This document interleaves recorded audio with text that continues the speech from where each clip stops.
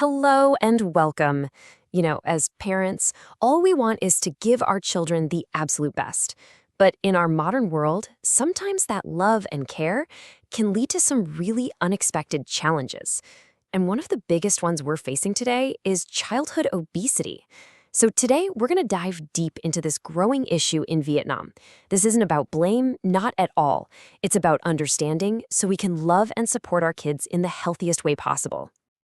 So let's just look at the numbers for a second, because they tell a pretty stark story. Back in 2010, about 8.5% of kids in Vietnam were considered overweight or obese. Fast forward just one decade to 2020, and that number skyrockets to 19%. Yeah, you heard that right. It more than doubled.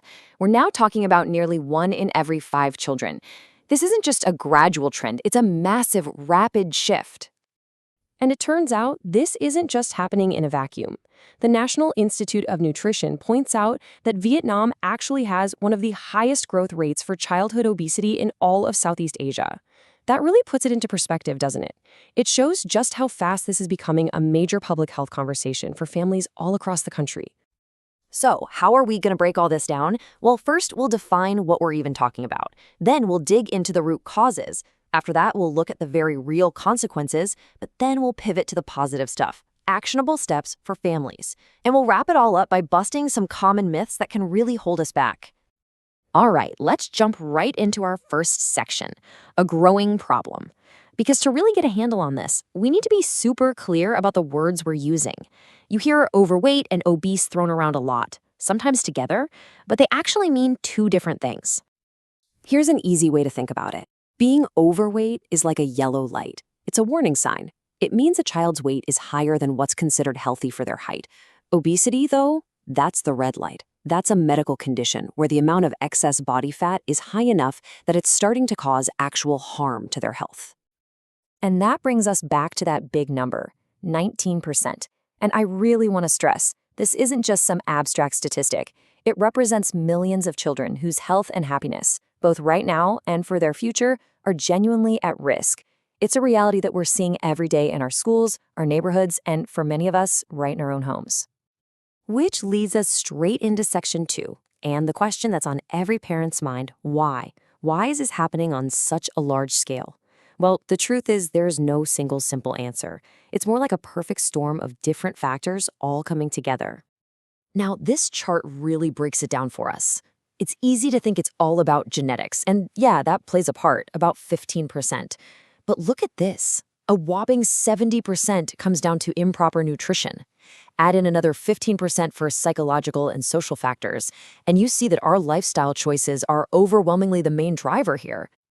And at its very core, the science is actually pretty simple. It's all about an unbalanced scale.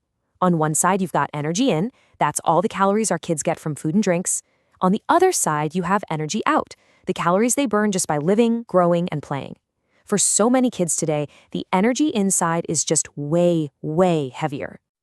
So what's tipping that scale? Well, it's the world we live in. We've got fast food and sugary drinks available everywhere, 24/7. At the same time, life has gotten a lot more sedentary. Screen time on phones and tablets has replaced a lot of that unstructured running around outside time. And we can't forget the mental side. Stress and even boredom can lead kids to eat for comfort, and that creates a really tough cycle to break. Okay, this brings us to a really serious part of the conversation, the consequences. And I want to be very clear. This goes so far beyond a child just being a little bit chubby.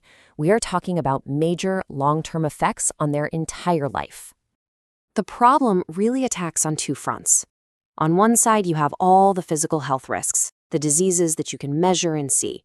But just as damaging, and sometimes even more so, is the invisible psychological harm that can really wound a child's spirit. When we look at the physical side, it's pretty scary. We're seeing conditions that we used to think only affected middle-aged adults now showing up in kids. Things like high blood pressure, heart disease, and type 2 diabetes. The extra weight also puts incredible strain on their bodies, leading to fatty liver disease, joint problems, and it can even increase the risk of early puberty and some cancers down the road. And then there's the emotional pain, which is immediate and can be devastating. Children can develop really low self-esteem, feeling ashamed or unhappy with their bodies. This can easily spiral into depression and anxiety. And often it's made so much worse by teasing and bullying from their peers, which can cause a child to just completely shut down, withdraw, and feel totally alone. These are emotional scars that can last a lifetime. Okay, we've laid out the problem and the risks, which can feel really heavy. So now I want to completely shift gears and talk about the solution. And the great news is there is absolutely a positive path forward. This isn't about punishment or super strict diets. It's about building healthy, happy habits together as a family. Now, this might be the single most important idea to grasp. For a child who is still growing, the goal is not weight loss. Let me say that again. The goal is not to make them lose weight. It's to slow down the rate at which they're gaining weight. This gives their bodies time to grow taller and let their height catch up.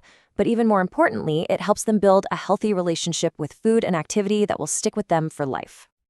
So how do we actually do this? Well, it's not some crazy complicated plan. The whole approach really rests on two simple, powerful pillars. Number one, we adjust their nutrition. And number two, we increase their physical activity. That's it. That's the framework. Let's start with nutrition, and I like to focus on the positive first. What can we add more of to their diet? We want to lean into things like whole grains. Think brown rice and corn. We want lean proteins like skinless chicken, fish, and beans. We want tons of green vegetables and fruits that are on the less sweet side, like grapefruit, dragon fruit, and apples. Now for the other side of the coin, foods we want to limit. And notice that word limit, not eliminate. We're talking about things like fried foods, sugary sweets, and fast food. They're packed with calories but offer very little nutrition. The goal isn't to ban them forever. That's not realistic. It's to shift them from being an everyday thing to an occasional, sometimes treat. All right, we're in the home stretch. For our last section, let's do a little rapid-fire myth-busting. There are a lot of old beliefs out there that sound like they make sense, but they can actually do more harm than good.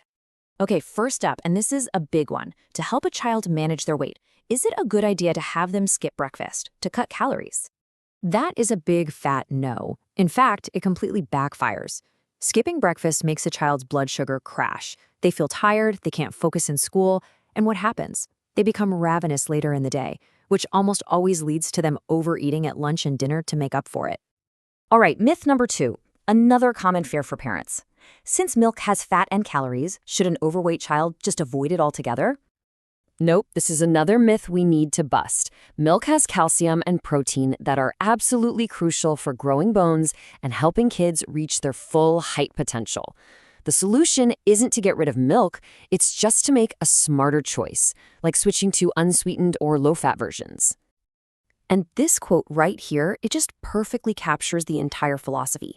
Our job is to help our children develop good eating and activity habits. The focus should always be on health, energy, and well-being, not on a number on a scale or achieving a certain body shape. So, I'll just leave you with this final thought to ponder. Does our children's future health begin with the habits we help them build today? I think the answer is pretty clear. We're laying that foundation right now, one healthy meal, one fun bike ride, one supportive conversation at a time. Thanks so much for joining me. Health is the most precious gift. If this video helped you or someone you love, please like, subscribe, and share so more families can stay safe and healthy.